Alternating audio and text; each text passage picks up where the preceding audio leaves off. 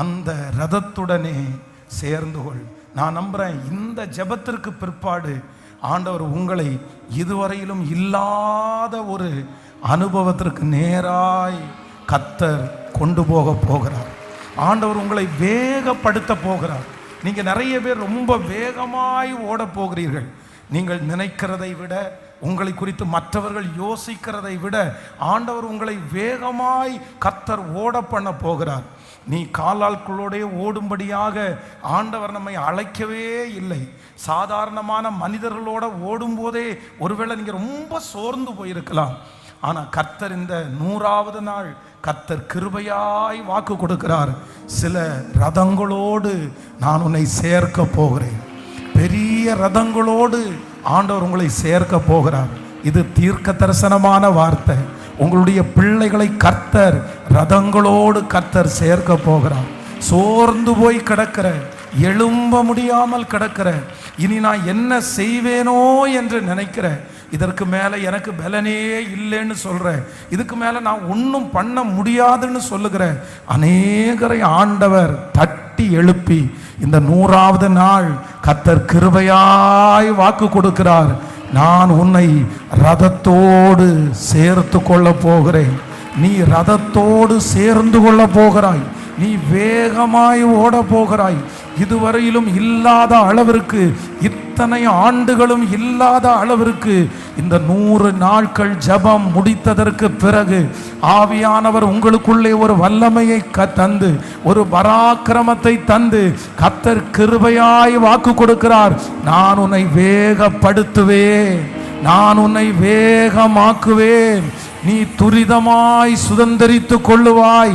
இனி உங்களுக்கு கிடைக்க போகிற அந்த மகிமை ஸ்லோவா இல்லை, கர்த்தர் குதிரைகளை போல வேகமாய் ஓடி பெற்றுக்கொள்ளுகிற அளவிற்கு நம்மையும் நம்முடைய குடும்பத்தையும் மாற்றுகிறதற்காக, இந்த தீர்க்க தரிசன வசனத்திற்காக எல்லாரும் கரங்களை தட்டி, முழு பலத்தோட கரங்களை தட்டி ஆமென்.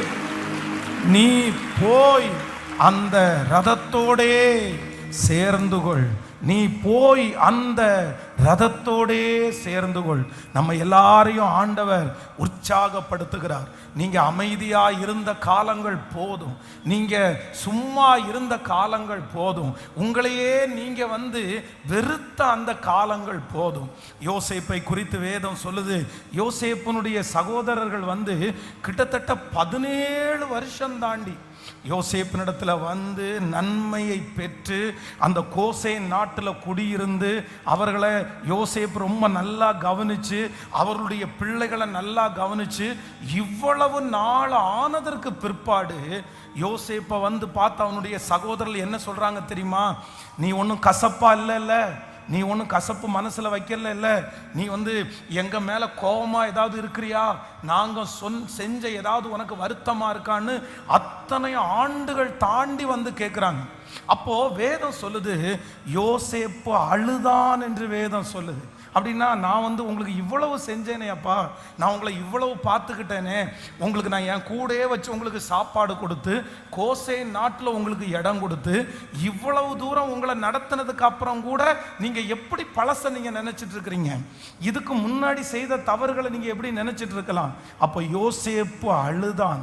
நான் நம்புகிறேன் இன்றைக்கு யோசேப்பு என்கிற அந்த மனுஷன் ஆண்டவராகிய இயேசு கிறிஸ்துவுக்கு முன்னடையாளம். சிலர் ஆண்டவர் எவ்வளோ மன்னிச்சிட்டாரு, ஆண்டவர் அவர்கள் செய்த பாவத்தை முதுகுக்கு பின்னாடி போட்டாச்சு.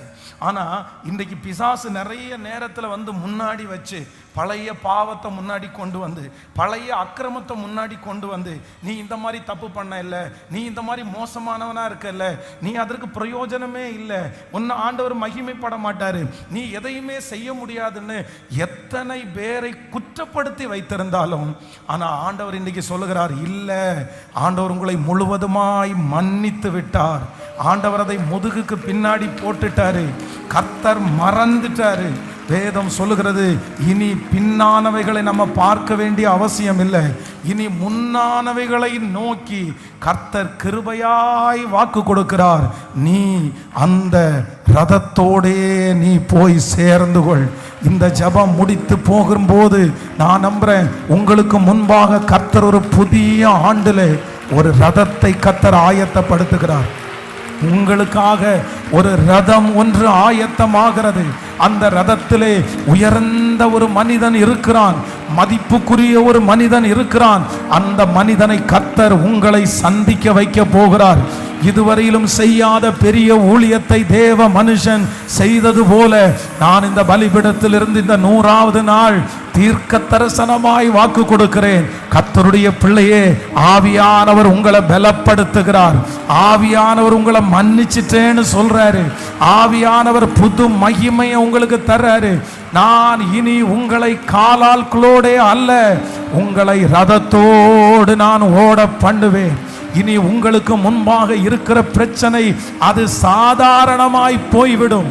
கர்த்தர் இதுவரையிலும் இத்தனை வருடமும் உங்களை மறைத்து வைத்து பொதிந்து வைத்து செய்யாத ஒரு காரியத்தை கர்த்தர் செய்வேன் என்று வாக்கு கொடுக்கிறார்.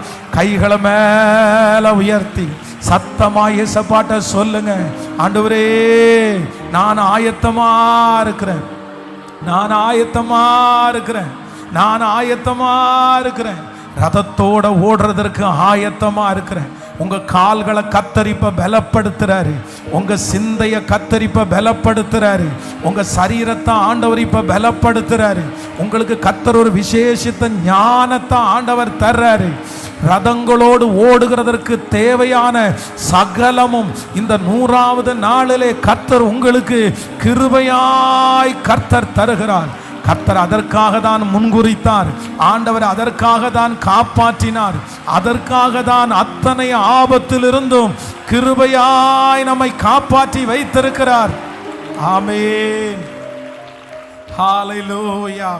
நீ ஆவியானவர், நீ போய் அந்த ரதத்துடனே சேர்ந்து கொள். அப்போ ஒரு மகிமையான ஒரு காரியத்தை ஆண்டவருடைய பிள்ளைகள் நினைக்கணும்.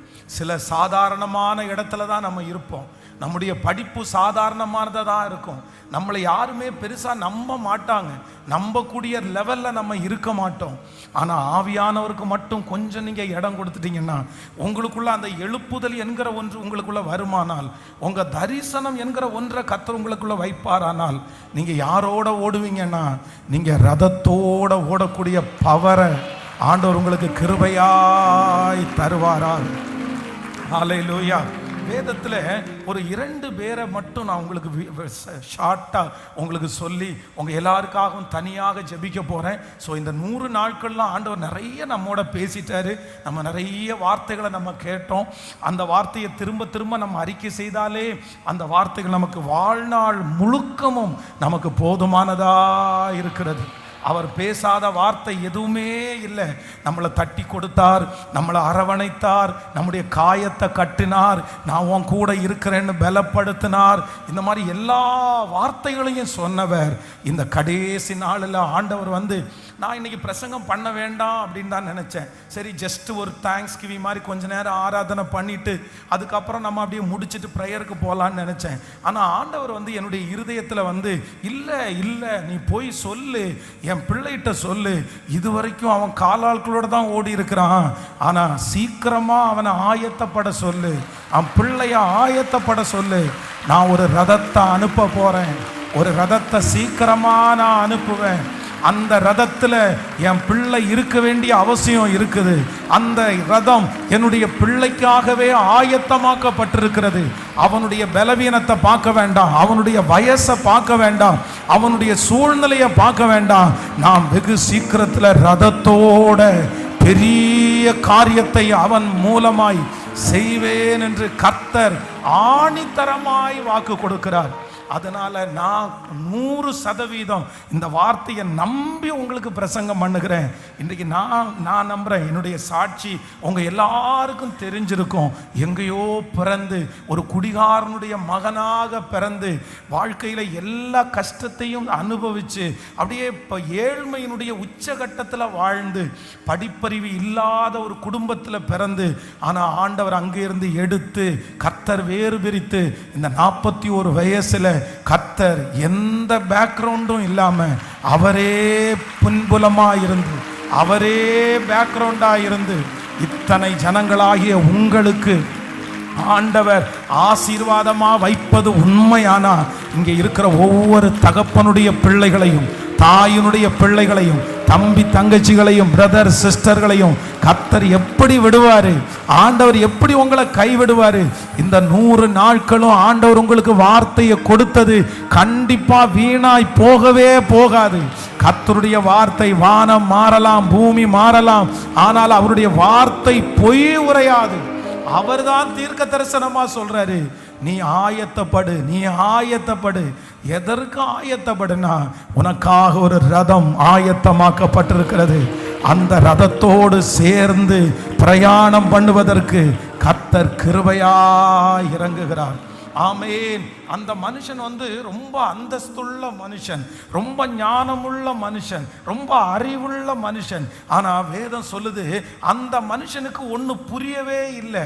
அவன் எவ்வளோ வாசிக்கிறான், எத்தனையோ டைம் ட்ரை பண்ணுறான், ஆனால் அந்த காரியத்தினுடைய வெளிச்சம் அவனுக்கு கிடைக்கல.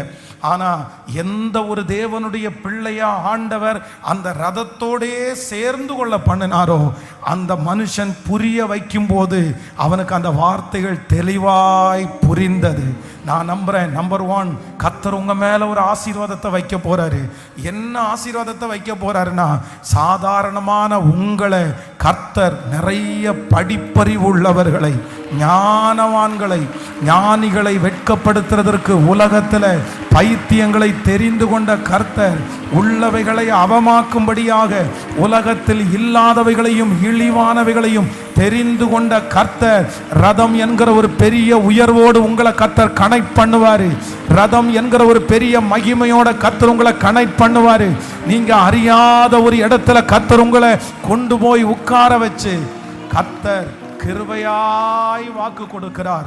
உங்க மூலமா உங்க ஞானத்தை பார்த்து, நீங்க விளக்கம் கொடுக்கிறத பார்த்து அநேகருடைய குழப்பத்தை தெளிவு பண்ணுகிற ஞானத்தை கர்த்தர் உங்கள் மேல் வைக்க போகிறார்.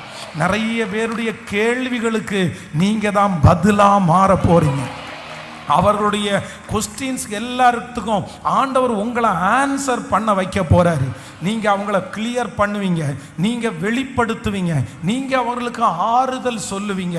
ஒருவேளை இன்றைக்கு நீங்க வந்திருக்கிற சூழ்நிலை உங்களுக்கே ஒரு ஆறுதல் தேவைப்படலாம், உங்களுக்கே யாராவது ஒருத்தர் புரிய வைக்கலாம், உங்களுக்கே ஒருவேளை அதை குறித்து ஒரு பெரிய தடுமாற்றம் உங்களுக்குள்ள இருக்கலாம். ஆனா நான் எல்லா நிறைவோட இந்த 100 நாட்களும் தேவ சமூகத்தில் இருந்து கர்த்தருடைய வார்த்தையை உங்களுக்கு சொல்லுகிறேன். வெகு சீக்கிரத்தில் ஒரு நாள் ஆண்டவர் உங்களை பயன்படுத்துவார். எதுக்கு பயன்படுத்துவார்னா, நிறைய பேருடைய குழப்பம் உங்களால் மாறப்போகிறது. நிறைய பேருடைய வாழ்க்கையில் இருக்கிற கேள்விகளுக்கு ஆண்டவர் உங்களை ஆன்சரா கர்த்தர் உங்களை பதிலாய் மாற போறாங்க. நிறைய பேர் உங்களிடத்துல வந்து கேட்க போறாங்க, இதுக்கு என்ன பண்ணலாம், இதுக்கு என்ன செய்யலாம், நீங்க என்ன பண்ணுனீங்க, எப்படி நீங்க இப்படி வந்தீங்க அப்படின்னு உங்களை பார்த்து கேட்பாங்க. அப்போ நீங்க அவர்கள் கேட்கிற கேள்விகளுக்கு நீங்க சந்தேகத்திற்கு விளக்கம் அளிக்கிற அளவிற்கு ஒரு சாட்சியுள்ள வாழ்க்கையை கர்த்தர் உங்களுக்கு தருவேன் என்று வாக்கு கொடுக்கிறார். இது சீக்கிரமா நடக்கும். கர்த்தருடைய வருகை தாமதிச்சுன்னா வருகிற ஆண்டு நீங்க இதே மாதிரி ஒரு இடத்துல ஜெபம் பண்ணும் போது கர்த்தர் உங்களை ஞாபகப்படுத்துவார். நீங்க அநேகருடைய குழப்பத்தை மாற்றுகிறவர்களாய், அநேகருடைய கேள்விக்கு பதிலாய் கர்த்தர் மாற்ற போகிறார். நான் நம்புறேன், எந்த பிள்ளையை குறித்து நீங்க கவலைப்படுறீங்களோ, எந்த பிள்ளை ரொம்ப வருத்தப்படுத்துதோ, அந்த பிள்ளைய ஆண்டவர் ஒரு பெரிய ரதத்தோட சேர்க்க பண்ணி, உங்க மூத்த பிள்ளைய ஒரு ரதத்தோட ஆண்டவர் சேர பண்ணி, ஒரு உயர்ந்த மனிதர்களோட சேர பண்ணி, அந்த பிள்ளைய அநேகருக்கு விளக்கம் கொடுக்கிற பிள்ளையாய் நம்புறவங்க நல்ல கைகளை தட்டி ஆமென், ஆமென். Thank you Jesus. என்னை ரதத்தோடு சேர்க்க பண்ணுகிற கர்த்தர். ஸோ நம்பர் 1, முதலாவதாக இந்த இடத்துல ஆண்டவர் பிலிப்புவை சொல்றாரு, அந்த ரதத்தோட சேர்ந்து கொண்ட உடனே என்ன நடக்குது அப்படின்னு சொன்னா, அவர் வாசிச்சுட்டு இருக்கிற புத்தகத்தினுடைய அர்த்தம் அவருக்கு தெரியவே இல்லை. உடனே இவர் விளக்கி சொன்ன உடனே அவருக்கு ரொம்ப அழகா புரிஞ்சிருச்சு. அப்போ புரிகிற அளவிற்கு பேசக்கூடிய ஞானத்தை தேவ மனுஷனுக்கு ஆண்டவர் கிருபையாய் கர்த்தர் தந்தார். நான் நம்புறேன் உங்களுக்கு ஆண்டவர் ஒரு ஞானத்தை கர்த்தர் தருவார். என்ன ஞானத்தை தருவார் அப்படின்னா, உங்களை மற்றவர்களுக்கு புரிய வைக்கிற அளவிற்கு ஞானத்தை கர்த்தர் உங்களுக்கு கிருபையாய் தருவார். இன்றைக்கு உங்களுக்கு புரியாம இருக்கிறது உண்மைதான், உங்களுக்கு புரியவே இல்லை. ஆனா இது நீடிக்காது. எதுதான் நீடிக்கும் அப்படின்னா, நீங்க மற்றவர்களுக்கு புரிய வைக்கிற ஒரு காலத்தை கர்த்தர் கிருபையாய் தருவார். இப்போ அந்த மனுஷனுக்கு அவன் கந்தாகை மந்திரிக்கு விளக்கத்தை சொன்ன உடனே அடுத்து என்ன நடக்குதுன்னா, அந்த மனுஷன் சொல்றான், இல்லை நான் ஞான ஸ்நானம் எடுக்கலாமா, அதற்கு எதுவும் தடை இருக்குதா? அப்போ ஒரு தண்ணீர் மிகுதியான ஒரு இடத்துல போய் அங்கே போய் ரதத்திலிருந்து 2 பேரும் இறங்கி, வேதம் சொல்லுகிறது, அவன் அந்த இடத்துல அந்த பெரிய மனிதனுக்கு ஞான ஸ்நானம் கொடுக்கிற ஆசீர்வாதத்தை கர்த்தர் அந்த மனுஷனுக்கு கர்த்தர் வைத்தார். அப்படின்னா இதுவரைக்கும் அந்த மனுஷனால தான் நிறைய பேர் ஆசீர்வதிக்கப்பட்டாங்க, அந்த மந்திரினால தான் நிறைய பேர் ஆசீர்வதிக்கப்பட்டாங்க, அந்த மந்திரி தான் நிறைய பேருக்கு பணத்தை கொடுத்து பழக்கம், அவர் தான் நிறைய பேருக்கு சம்பளம் கொடுத்து பழக்கம். ஆனால் இப்போ ஒரு புதிதான ஒன்று நடக்கிறது. ஆண்டவர் ஒரு தேவ பிள்ளைய கொண்டு போய் அந்த மனுஷனை ஆசீர்வதிக்கிறதற்கு, அந்த மனுஷனுக்கு ஞான ஸ்நானம் கொடுக்கிறதற்கு கர்த்தர் கிருபையா இவரை கர்த்தர் அபிஷேகம் பண்ணினார். நான் விசுவாசிக்கிறேன், இரண்டாவது நம்ம எல்லாருடைய தலையின் மேலும் கர்த்தர் ஒரு அற்புதத்தை வைக்க போறாரு. இதுவரைக்கும் நீங்க நிறைய பேரிடத்திலிருந்து கை நீட்டி வாங்கியிருக்கலாம், நீங்க நிறைய பேரிடத்துல சம்பளம் வாங்கியிருக்கலாம், நீங்க நிறைய பேரிடத்துல உதவியை வாங்கியிருக்கலாம். இன்னைக்கு இருக்கிற சூழ்நிலை கூட ஒருவேளை உதவி வாங்குறது போல ஒரு சூழ்நிலை இருக்கலாம். ஆனா ஏசப்பா சில ரதங்களோட உங்களை ஓட வைப்பாரு. நீங்க சில ரதங்களோட போய் சேருவீங்க. வெகு சீக்கிரத்தில் ரதங்களோட உங்களை சேர பண்ணுகிற கர்த்தர் நான் விசுவாசிக்கிறேன் ஒன்று செய்வார். இனி உங்க கை மேல இருக்க போகுது. கர்த்தர் உங்க கையை மேல வைக்க போறாரு. நீங்க உங்க கையை கர்த்தர் மேல வச்சு, இனி தாழ இருக்கிற கை அது திரும்ப மேலே வரப்போகிறது. நீங்க கொடுக்கிற கையா ஆண்டவர் மாற்ற போறாரு, ஆசீர்வதிக்கிற கையா ஆண்டவர் மாற்ற போறாரு. நீயோ அநேகம் ஜாதிகளுக்கு கடன் கொடுப்பாய், கடன் வாங்காதிருப்பாய் என்கிற வாக்கு தத்தத்தின்படி ஆமென். இந்த 100வது நாளில் கர்த்தர் கன்ஃபார்மா வாக்கு கொடுக்கிறாரு. உனக்கு ஒரு தொழிலை நான் தருவேன், உனக்கு ஒரு தலைமைத்துவத்தை நான் தருவேன், உனக்கு ஒரு அதிகாரத்தை நான் தருவேன். உன்னுடைய வீட்டிலே இருக்கிற ஒரு பிள்ளையை நான் அதிகாரத்திலே வைப்பேன். அவனுக்கு கீழ் ஜனங்கள் அடங்கி நடப்பார்கள். அவனுடைய கைகளில் இருந்து அவர்களுக்கு ஒரு ஆசீர்வாதம் கடந்து போகும். ஹல்லேலூயா. இந்த சத்தத்தை கேட்கிற ஒவ்வொரு குடும்பத்தில் இருக்கிற பிள்ளைகளுக்கும் ஒரு தலைமைத்துவத்தினுடைய அபிஷேகத்தை கர்த்தர் இப்பொழுது கிருபையாய் தருகிறார். நன்றாய் கரங்களை தட்டி ஆமென், ஆமென், ஆமென், ஆமென். இயேசுப்பா, இயேசுப்பா, இன்றைக்கு ஆண்டவரே நீங்க பேசுகிற வார்த்தை எங்க வீட்டில் அப்படியே நிறைவேறணும், அப்படியே நிறைவேறணும். இதோ கீழே இருக்கிற அந்த கையை எடுத்து கர்த்தர் மேலே கொண்டு வருகிறார். அந்த கையோடு கர்த்தருடைய கை இருக்கிறத நான் பார்க்கிறேன். அந்த கரத்தோட தேவனுடைய கரம் இருக்கிறது. தேவனுடைய கரம் அந்த கரத்தோட இருக்கிறதுனால அந்த கரத்தை இனி ஒருவராலும் தட்டிவிட முடியாது, பறித்துவிட முடியாது. ஹல்லேலூயா. சத்துருக்களுக்கு முன்பாக உனக்கு ஒரு பந்தியை ஆயத்தப்படுத்தி உன் தலையை எண்ணெயினால் அபிஷேகம் பண்ணி உன் பாத்திரத்தை நிரம்பி வழிய பண்ணுகிற தேவனுக்கு thank you Jesus, thank you Jesus. hallelujah, ஆமென். அற்பமான ஆரம்பத்தை யார் அசட்டை பண்ண முடியும்? கர்த்தருடைய கண்கள் நம்மேல் நோக்கமாயிருக்கிறது. சேர்ந்து கரங்களை தட்டி நம்பத்தக்கவர் நீர் ஒருவர் தான். அற்பமான ஆரம்பத்தை ஆமேன் சம்பூரணமாய் மாற்றுகிற கர்த்தர். விசுவாசத்தோட பாடி ஆமேன். இன்னைக்கு ஆரம்பிக்கிற இந்த ஆரம்பத்தை ரதத்தோட சேர்க்கிற வரைக்கும் எங்க பிள்ளைகளை விட்டு நீங்க விலக மாட்டீங்கன்னு நாங்க நம்புற ஆண்டவரே. கரங்களை எல்லாரும் தட்டி பாடி ஆமேன். ஹalleluya. நம்பத்தக்கவர் நீர் ஒருவர் தானே, உண்மையுள்ளவர் நீர் ஒருவர் தானே. நம்பத்தக்கவர் நீர் ஒருவர் தானே, உண்மையுள்ளவர் நீர் ஒருவர் தானே. போய் சொல்லிட மனிதன மனமாறிட புத்திரனல்ல. போய் சொல்லிட மறுபுத்திரனல்ல. நீ செய்வதை தடுப்பவனா, நீ செய்வதை தடுப்பவனா.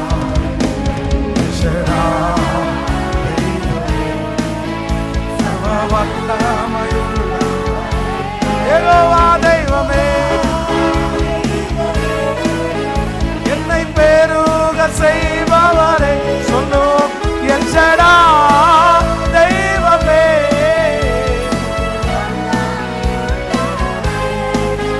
யெகோவா தெய்வமே, என்னை பெருக செய்பவரே. அற்பமான என் ஆரம்பத்தை சம்பூரணமாய் மாற்றி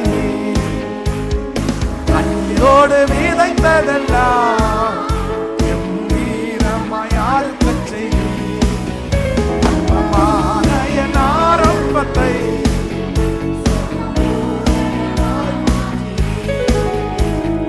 கண்ணீரோடு விதைத்ததெல்லாம் எம்பீரமாய் அறுக்கச் செய்தீர். எல்லா இயேசுக்கு சித்தினா முடிந்ததே, நடுவோர் தொடர்ந்ததே.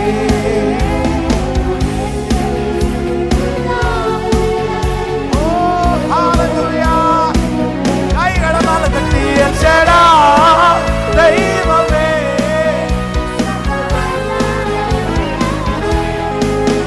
யெகோவா தெய்வமே, என்னை பெருக செய்பவரே.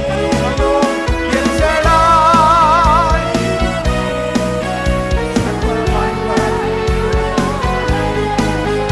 யெகோவா தெய்வமே, என்னை பெருக செய்பவரே.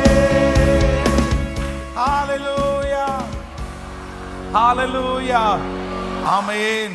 அந்த ரதத்தோடே போய் சேர்ந்து கொள், அந்த ரதத்தோடே போய் சேர்ந்து கொள், அந்த ரதத்தோடே போய் சேர்ந்து கொள், அந்த ரதத்தோடே போய் சேர்ந்து கொள். கர்த்தர் தான் உற்சாகப்படுத்துகிறார். நீங்க அமைதியா இருக்க வேண்டிய காலமே அல்ல. கர்த்தர் உங்களுக்கு முன்னாடி ஒரு பெரிய ரதத்தை கர்த்தர் வச்சு ஆமென். அந்த ஃபர்ஸ்ட் நம்பர் 1 அந்த ரதத்தில் இருக்கிற குழப்பங்களை மாற்றுகிறதற்கு, அந்த கேள்விக்கு பதில் கொடுக்கிறதற்கு கர்த்தர் உங்களை தான் கர்த்தர் பயன்படுத்த போறார். ஆமென் சொல்லுங்கள். நம்பர் 2 இரண்டாவதாக கர்த்தர் கிருபையா வாக்கு கொடுக்கிறார். நிறைய பேருடைய கை இதுவரைக்கும் மேலே இருந்துச்சு. நிறைய பேருடைய கை இதுவரைக்கும் நீங்க பார்த்ததெல்லாம் எல்லாருடைய கையும் மேலே இருக்குது. கந்தாகை மந்திரனுடைய கை மேலே தான் இருக்கிறது, அவனுடைய தலை உயர்ந்திருக்கிறது. ஆனா இப்போ ஒரு சேஞ்ச், ஒரு திடீர்னு ஒரு மாற்றம் வருது. என்ன அப்படின்னா, அந்த மனுஷன் முழங்கால் படியிடுகிறான், இவனுடைய கையை தலை மேல வச்சு அவனுக்கு ஞான ஸ்நானம். ஹல்லேலூயா. திடீரென்று கர்த்தருடைய பிள்ளையினுடைய கை அப்படியே மேல வருது. அப்போ ஆண்டவர் இரண்டாவதாக கிருபையாய் வாக்கு கொடுக்கிறார். உங்களுக்கு சீக்கிரமாய் இந்த 100 நாளுடைய ஜெபத்தினுடைய பலனாய் ஆண்டவர் அதை செய்வேன் என்று வாக்கு கொடுக்கிறார். நீங்க கண்டிப்பா மேல வருவீங்க, உங்க கை மேல இருக்கும். எல்லாருடைய கைகளை விட என் கை உயர போகிறது. என் குடும்பத்தினுடைய கை உயர போகுது. உங்க சொந்தக்காரங்களுக்கு முன்பாக கர்த்தர் உங்கள் கையை கர்த்தர் உயர பண்ண போகிறார். இனி உங்க கைகள் மேலதான் இருக்க போகுது. ஆமென். Thank you Jesus.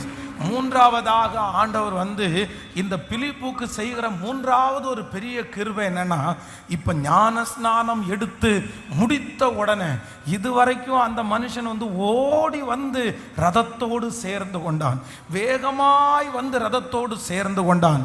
ஆனா இப்போ ஆவியானவர் பிலிப்புவை என்ன பண்றாருன்னா, இல்லை இல்லை இல்லை இல்லை, நான் வெறும் இந்த மந்திரிக்கு மட்டும் கிடையாது, உன்னை அடுத்த லெவல் உன்னை கொண்டு போகிறேன்னு சொல்லி ஆவியானவர் முழுக்க முழுக்க அவனை ஆளுகை செய்து அந்த இடத்திலிருந்து காணாமல் போகிற அளவிற்கு, மறைந்து போகிற அளவிற்கு அடுத்த ஒரு லெவல்ல, யாரும் எதிர்பாராத, யாரும் யோசிச்சிராத, அவனுடைய கற்பனைக்கு எட்டாத அடுத்த லெவல்ல கர்த்தர் கிருபையாய் கொண்டு போகிறார். நான் உங்க எல்லாரையும் இந்த பலிபீடத்திலிருந்து ஆசீர்வதிக்கிறேன். நம்பர் 1, இந்த 100 நாள் ஜபத்தில் கர்த்தர் முடிவில் உங்களை ரதத்தோட சேர பண்ண போகிறார். அந்த ரதத்தோட சேர்ந்து நிறைய குழப்பமா இருக்கிறவர்களுக்கு ஆன்சரா நீங்க மாற போறீங்க. கர்த்தர் உங்களை பதிலா மாற பண்ண போகிறார். அது மட்டுமல்ல, கர்த்தர் அநேகரை கீழ்ப்படுத்தி உங்களை தலைய, உங்களுடைய கரங்களை ஆண்டவர் மேல்படுத்த போறாரு. இல்ல, அது மட்டும் கிடையாது, கர்த்தர் அடுத்த லெவல், அதை விட உன்னதமான, ரதத்தை விட உன்னதமாய் ஆவியானவராலே ஆளுகை செய்கிற அளவிற்கு, கணுக்கால் அளவு அல்ல, முழங்கால் அளவு அல்ல, நீச்சல் ஆழம். இது யார் தடுத்தாலும் நிற்காது.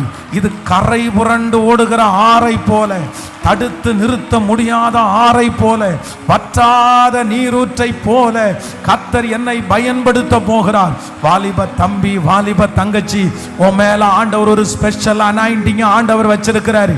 அந்த அனாயிண்டிங் இப்ப ரதத்தோட உன்னை சேர்க்க போகிறது. அந்த ரதத்தோடு மட்டுமல்ல, நீ அறியாத ஒரு இடத்திலையும் கர்த்தர் உன்னை ஆளுகை செய்து, ஆமென், யாருக்கும் கிடைக்காத ஒரு அனுபவத்தை, இதே நிறைய பேருக்கு கிடைக்காத ஒரு அனுபவத்தை கர்த்தர் தருவேன் என்று நல்ல கைகளை தட்டி, இயேசுவே, என் கால்களை மான்கள் கால்கள் போல ஆக்கிறவர், எங்கள் கால்களை மான்கள் கால்கள் போல ஆக்கிறவர், இயேசுப்பா, இயேசுப்பா, இப்போ இப்போ அந்த தடைகள் உடையட்டும் ஐயா. எங்க பிள்ளைகளிடத்துல இருக்கிற சோர்வு எடுக்கப்படட்டும் ஐயா. அந்த பாவம் விட்டு வெளியே போகட்டும் ஐயா. இந்த 40வது நாள் முடிய முடிய முடிய முடிய ஆவியானவர் முழுக்க முழுக்க ஆளுகை செய்யணும். இப்போ அவங்க காலு பலன் அடையணும். அந்த ரதத்தோட சேர்ந்து ஓடுகிற அளவிற்கு எதுவுமே தடுத்து நிறுத்த முடியாத அளவிற்கு உங்க அக்கினி, உங்க அக்கினி, உங்க அக்கினி இந்த பலிபீடத்திலிருந்து இப்போ பற்றி பிடிச்சு, பற்றி பிடிச்சு, உன் ஓட்டம் இன்னும் முடியல, உங்க தரிசனம் இன்னும் முடியல, நீ வேகமாய் போ. இதோ நீ நிறைய பேருடைய குழப்பத்தை மாற்றுவதற்காய் தெரிந்து கொள்ளப்பட்ட ஒரு தேவனுடைய பிள்ளை, தேவனுடைய பிள்ளை. அந்த அக்கினி, அந்த அக்கினி ஆன்லைன்ல கேட்டுட்டு இருக்கிறவங்க மேலையும் இந்த 100வது நாளில் இயேசுவே வல்லமையா இறங்கி வருவீராக. இதுவரையிலும் கண்டிராத மகிமை, இதுவரையிலும் பார்த்திராத மகிமை, இதுவரையிலும் கேள்விப்பட்டிராத மகிமை, இதை குறித்து யாரும் சொல்லிராத ஒரு மகிமை என் பிள்ளைகளை ஆளுகை செய்வதற்கு இப்பொழுது ஒரு ரதம், இப்பொழுது ஒரு ரதம், இதோ சேர்ந்து கொள்ளும்படியாய் ஒரு ரதம் அனுப்பப்படுவதாக, அனுப்பப்படுவதாக. கர்த்தர் சொல்லுகிறார், இல்ல, நம்ம உட்காருவது கூடவே கூடாது. எந்த சூழ்நிலையிலையும் நீங்க மன தாங்கமா இருக்கக்கூடாது. அப்படிதான் பிரச்சனை வரத்தான் செய்யும், போராட்டங்கள் வரத்தான் செய்யும். ஆனா ஒண்ணும்